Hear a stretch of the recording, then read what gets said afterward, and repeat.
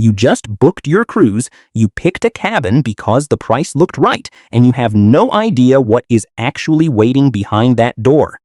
Somewhere on that ship, there is a cabin above a nightclub that shakes until 3 in the morning, a cabin beside a smoking deck that leaks smoke through the vents all week, a cabin under the pool deck where lounge chairs get dragged across the floor above your head at 6 in the morning. I have sailed enough cruises and made enough mistakes to know exactly which cabins the cruise lines still sell you without a single warning. And one of them is booked first on every sailing.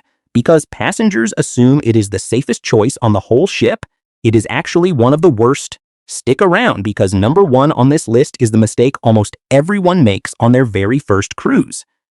Before we get into the list, if you are the kind of traveler who wants to actually enjoy your cabin instead of fighting with it for 7 nights, hit subscribe right now because Senior Cruise Secrets breaks down exactly which cabins to avoid before you spend your hard-earned money on the wrong one. Number 11. Cabins near cruise service areas. Somewhere on nearly every deck plan, there is a small cluster of cabins tucked beside a door marked crew only, and travel agents rarely mention it because on paper the cabin looks completely normal. Same square footage, same bed, same balcony or window, same price as the cabin 2 doors down. What the deck plan does not show you is that door leads to a service corridor where carts full of luggage, laundry, and room service trays roll through starting before 5 in the morning and continuing well past midnight. A 62-year-old from Orlando booked what she thought was a quiet midship cabin on deck 6, only to spend her entire 7-night cruise waking up to the rattle of metal, carts, and crew members talking in the hallway during their shift changes. She complained to guest services on day 2 and was told the location could not be changed because the ship was fully booked. This kind of noise does not fade after the first night either, because crew shift changes repeat on a schedule for the entire length of the cruise, meaning every single morning brings the same disruption right on cue. Here is what you do before you ever confirm a cabin. Pull up the deck plan and look for small doors or unusual hallway shapes near your cabin number. Those often mark crew access points, elevators, or linen closets. Call the cruise line or your travel agent and ask directly, is this cabin located next to a crew service door or staff corridor? Agents can see notes on high-traffic cabins that never appear on the public map. If you already booked and you hear a service door near your room, request a cabin change at guest services within the first 2 hours of boarding before the ship fills every open cabin for the week, since cabin changes get much harder to arrange once the ship reaches full capacity for the sailing. Number 10. Connecting cabins. Connecting cabins sound perfect for families or friends traveling together. One quick door between 2 rooms. No walking through hallways to check on each other. The problem shows up the moment your neighbors are not who you expected. That connecting door is thinner than the walls around it, built for convenience rather than sound blocking. So every conversation, every television show, and every argument from the cabin next door comes through almost like there is no door at all.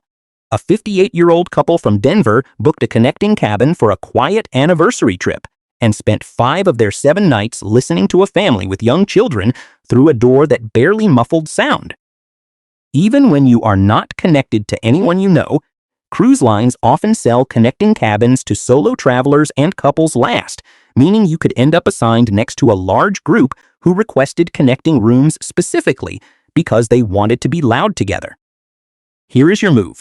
If privacy matters more than convenience, specifically request a non-connecting cabin when you book, and confirm it again when you check in online before your cruise. If you already have a connecting cabin and it turns out to be noisy, pack a white noise app on your phone for the first night, then head straight to guest services in the morning and request either a room change or a courtesy delivery of extra pillows and a fan while you wait for a better cabin to open up. Number 9. Inside-facing balcony cabins. Some newer ships built around a central atrium or a boardwalk-style promenade sell what they call an inside balcony, a cabin that looks out not over the ocean but directly onto the ship itself, facing other balconies, walkways, and sometimes a pool or entertainment area several decks down.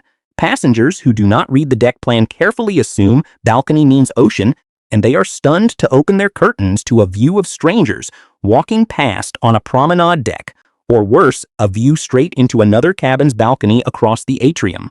A 65-year-old traveler from San Diego booked what the website called a premium balcony cabin, thrilled at the lower price compared to ocean view rooms, only to realize on boarding day that her balcony overlooked a crowded indoor boardwalk with music playing until midnight. There is also a privacy issue that nobody mentions, because with balconies facing each other across a promenade, curtains stay closed most of the trip just to avoid being seen, which defeats the entire purpose of paying for a balcony. Here is what you do. Before booking any balcony cabin, search the ship name along with the words deck plan, and look specifically for whether that balcony faces open ocean or faces inward toward the ship. If the listing does not make it obvious, call and ask directly whether the balcony has an unobstructed ocean view or an interior view. Cruise lines are required to answer that honestly if you ask the specific question. Number 8. Cabins near the anchor. This one catches even frequent cruisers off guard because the cabins near the bow of the ship, close to where the anchor chain runs through the hull, look completely peaceful on the deck plan. The trouble only reveals itself in the middle of the night, or any time the ship needs to reposition near a port. The anchor chain running and dropping creates a loud grinding, clanking sound that travels directly through the metal structure of the ship into nearby cabins. And it can happen at 2 or 3 in the morning without warning whenever the captain needs to adjust position, sometimes lasting only a few seconds and sometimes continuing on and off for close to an hour. A 67-year-old from Tampa booked a bow-facing cabin for the view and was jolted awake at 4 in the morning on 2 separate nights by what she described as the sound of chains being dragged across metal directly beneath her bed. Unlike engine noise, which tends to be a steady hum you can get used to, anchor noise is sudden, loud, and unpredictable, which makes it especially disruptive for light sleepers. Here is your action plan. Avoid cabins in the extreme forward section of any deck, particularly decks 1 through 4 near the bow, since that is where anchor mechanisms are typically housed. If you already love forward-facing views, choose a cabin at least a few decks higher and confirm with guest services on embarkation day whether your specific cabin sits near anchor equipment. They can tell you and can often move you if space allows. Number 7. Forward cabins on high decks. Forward cabins on the highest decks get marketed as some of the most desirable rooms on the ship. Huge windows, dramatic ocean views, a sense of being at the very front of the vessel as it cuts through the water. What the brochure never mentions is motion. The bow of a ship moves more dramatically than any other section during rough seas, rising and falling with every swell in a way that midship cabins barely notice. Passengers prone to seasickness who choose these cabins for the view often spend their entire cruise fighting nausea they never expected. A 60-year-old first-time cruiser from Charlotte picked a forward cabin on one of the top decks, specifically for the panoramic window, and spent the first 2 days of a 7-night cruise in bed with motion sickness medication, unable to enjoy the ship at all. Beyond the motion, wind noise becomes a real problem in these forward high cabins since the bow catches ocean wind directly, and passengers often hear a constant whistling or rushing sound around windows and balcony doors during windy stretches at sea. Here is what you do. If you have never cruised before or you know you get motion sick easily, choose a cabin midship and on a lower or middle deck. That location experiences the least amount of rocking motion on the entire ship. If a forward high deck cabin is already booked, pack motion sickness medication before you sail rather than relying on the ship's medical center, since basic remedies there get marked up far beyond what you would pay at a pharmacy at home. If you are realizing how many of these mistakes could apply to your own upcoming cruise, take 30 seconds right now and hit that like button. It helps this video reach other travelers before they book the wrong cabin, and subscribing means you catch every cabin warning we post before your next trip. Number 6. Obstructed balcony cabins. An obstructed balcony cabin gets sold at a discount compared to a full ocean view balcony, and that discount feels like a smart way to save money without giving up the balcony experience entirely. The obstruction itself is rarely described with any real detail online. It might be a lifeboat hanging directly outside your window, a support beam running across your view, or a crew walkway just below your balcony railing. A 63-year-old from Nashville saved nearly $200 booking an obstructed balcony, expecting a partial view, and instead found her entire ocean view blocked by an orange lifeboat parked permanently outside her window for the full length of the cruise. Beyond the blocked view, lifeboat cabins come with an added noise problem during mandatory safety drills, when crew members test and lower lifeboats directly outside these cabins, creating loud mechanical noise that other cabins never hear at all, sometimes rattling the metal frame right against the balcony glass for several minutes at a time. Here is your move. Before booking any discounted balcony, search the specific ship and cabin number along with the word obstruction. Cruise forums and review sites often have photos taken from that exact cabin showing precisely what blocks the view. If the listing will not confirm what causes the obstruction, assume it is a lifeboat until proven otherwise, since that is the most common reason cruise lines discount an otherwise identical balcony cabin. Number 5. Cabins beside the smoking area. Most modern ships restrict smoking to designated outdoor areas, usually a section of one open deck near the pool or a corner of a promenade, and cruise lines rarely flag which cabins sit closest to those zones. Smoke drifts upward and sideways along the ship's structure, and cabins with balconies near or directly above a designated smoking section end up smelling like a casino floor from the 1990s for the entire week, regardless of whether any passenger inside actually smokes. A 64-year-old traveler from Las Vegas booked a balcony cabin one deck above the ship's smoking section without realizing the layout and spent the whole cruise unable to use her own balcony because cigarette smoke rose directly into it every afternoon. Guest services can move air conditioning settings and offer air fresheners, but they cannot change wind patterns or the physical layout of the ship, meaning once you are in a smoke-affected cabin, there is very little that can actually fix it during your cruise. Here is what you do. Before booking, look up the ship's smoking policy map. Most cruise lines publish exactly which deck and which side of the ship allows smoking. Choose a cabin at least 2 decks away and on the opposite side of the ship from that zone, and if you already have a cabin near it, request a fan from your steward to help push air out rather than in, and keep your balcony door closed during peak afternoon hours when smoking traffic is highest. Number 4. Cabins near thrusters. Bow thrusters are the mechanical propellers built into the sides of the ship's hull near the front, used whenever the captain needs to maneuver the ship sideways into a tight port, and passengers rarely think about them until they are woken up by one. When thrusters engage, nearby cabins experience a deep vibrating hum combined with a rattling sound that can last anywhere from a few minutes to over an hour during docking maneuvers, and this typically happens very early in the morning as the ship arrives at each new port. A 66-year-old from Miami booked a lower deck cabin near the bow for a budget-friendly price and was startled awake at 5 in the morning at nearly every port stop by a vibration so strong she described it as feeling like the whole room was shaking. Unlike general engine noise, thruster vibration is localized and intense, and cabins directly above or beside the thruster housing feel it far more than cabins even one section away. Here is your action plan. Avoid cabins on the lowest passenger decks near the very front of the ship, especially on itineraries with frequent port stops, since that means more mornings disrupted by docking maneuvers. If you already booked a thruster-adjacent cabin, ask your steward exactly when the ship typically docks each morning so you can plan around the noise rather than being caught off guard by it. Number 3. Cabins directly above or below nightclubs. This is the mistake almost every first-time cruiser makes at least once, because nightclub cabins are usually priced identically to quiet cabins on the same deck, and nothing on the booking page warns you what sits just above or below your room. Bass from late-night music travels through a ship's structure far more than most passengers expect, and cabins even 2 decks above or below an active nightclub or lounge can feel a steady thump lasting until 1 or 2 in the morning nightly.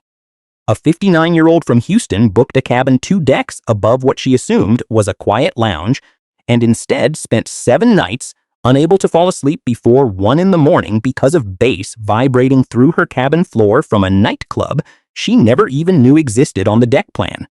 What makes this worse is that many ships schedule their loudest entertainment on sea days specifically, meaning the nights you most want to relax in your cabin early are often the exact nights the noise is at its peak. Here is what you do. Before booking, pull up the full deck plan and specifically look at what sits 2 decks above and 2 decks below your cabin number, not just directly above or below it, since sound travels further than most people assume on a ship's steel frame. If a cabin is already booked and turns out to be near nightlife, ask your cabin steward for the ship's daily entertainment schedule so you know which nights will be loudest, and consider requesting a courtesy pair of earplugs. Most stewards will happily provide them if you ask. Number 2. Cabins directly under the pool deck. The pool deck looks like the most fun area on the entire ship during the day, but the cabins directly beneath it tell a very different story once the sun goes down and comes back up. Lounge chairs get dragged across the deck starting as early as 6 in the morning as crew members reset the pool area for the day, and that scraping sound transmits straight through the floor into every cabin below it. A 61-year-old traveler from Phoenix booked a cabin directly under the main pool deck, thinking she would enjoy easy access to the pool, and instead woke up every single morning of her cruise to the sound of furniture being dragged overhead well before breakfast even opened. Deck maintenance, water draining from the pool overnight, and early morning cleaning crews all add to the noise, making these cabins some of the least restful on the entire ship, despite often being priced the same as quieter midship rooms, and the noise usually starts before the buffet even opens for breakfast. Here is your action plan. When reviewing a deck plan, identify exactly which deck holds the main pool and avoid booking directly on the deck below it, ideally choosing a cabin at least 2 decks away from any pool area. If a pool deck cabin is already booked, request a wake-up call time that works around the early morning setup noise rather than fighting it, and ask your steward whether earlier or later dining seating might help you get uninterrupted sleep before the ship wakes up around you. Number 1. Cabins near elevators. This is the cabin mistake almost every first-time cruiser makes without realizing it, because a cabin near the elevator bank sounds like pure convenience. No long hallway walks, quick trips to every deck, easy access for anyone with mobility concerns. It is booked first on nearly every sailing for exactly that reason, and it is one of the worst locations on the entire ship for actual rest. Elevators run continuously from before sunrise until well after midnight, and every ding, every mechanical hum, every group of passengers talking while they wait carries directly into cabins positioned beside that shaft. A 68-year-old from Sacramento specifically chose an elevator-adjacent cabin on her first cruise for the convenience and ended up requesting a room change by day 3 because the constant elevator dings made it nearly impossible to nap or fall asleep early. Elevator lobbies also tend to double as gathering spots, with passengers standing and talking while waiting for a car to arrive, which means voices outside your door at all hours of the night in addition to the mechanical noise itself. Here is what you do. When reviewing any deck plan, avoid the 2 or 3 cabins closest to any elevator bank, even though they are marketed as prime convenient locations, and instead choose a cabin at least 4 or 5 doors down the hallway, which still keeps you close enough for easy access without the constant noise. If you value both convenience and quiet, midship cabins 1 deck away from an elevator bank tend to offer the best of both, close enough for a short walk, far enough to actually sleep through the night, and worth the extra minute of walking every single day of your cruise. 11 cabins, 11 mistakes I made, or watched other travelers make so you would not have to make them yourself. The right cabin is not always the cheapest one, and it is not always the one with the most convenient location either. It is the one that actually lets you rest after a full day exploring a new port. Before you finalize your next booking, pull up that deck plan one more time and check it against everything on this list. A few extra minutes now can save you an entire week of interrupted sleep at sea. If this saved you from booking the wrong cabin, do me a favor and subscribe to Senior Cruise Secrets. Drop the cabin number you are considering in the comments, and we will tell you honestly whether it made our worst cabin list. See you in the next one.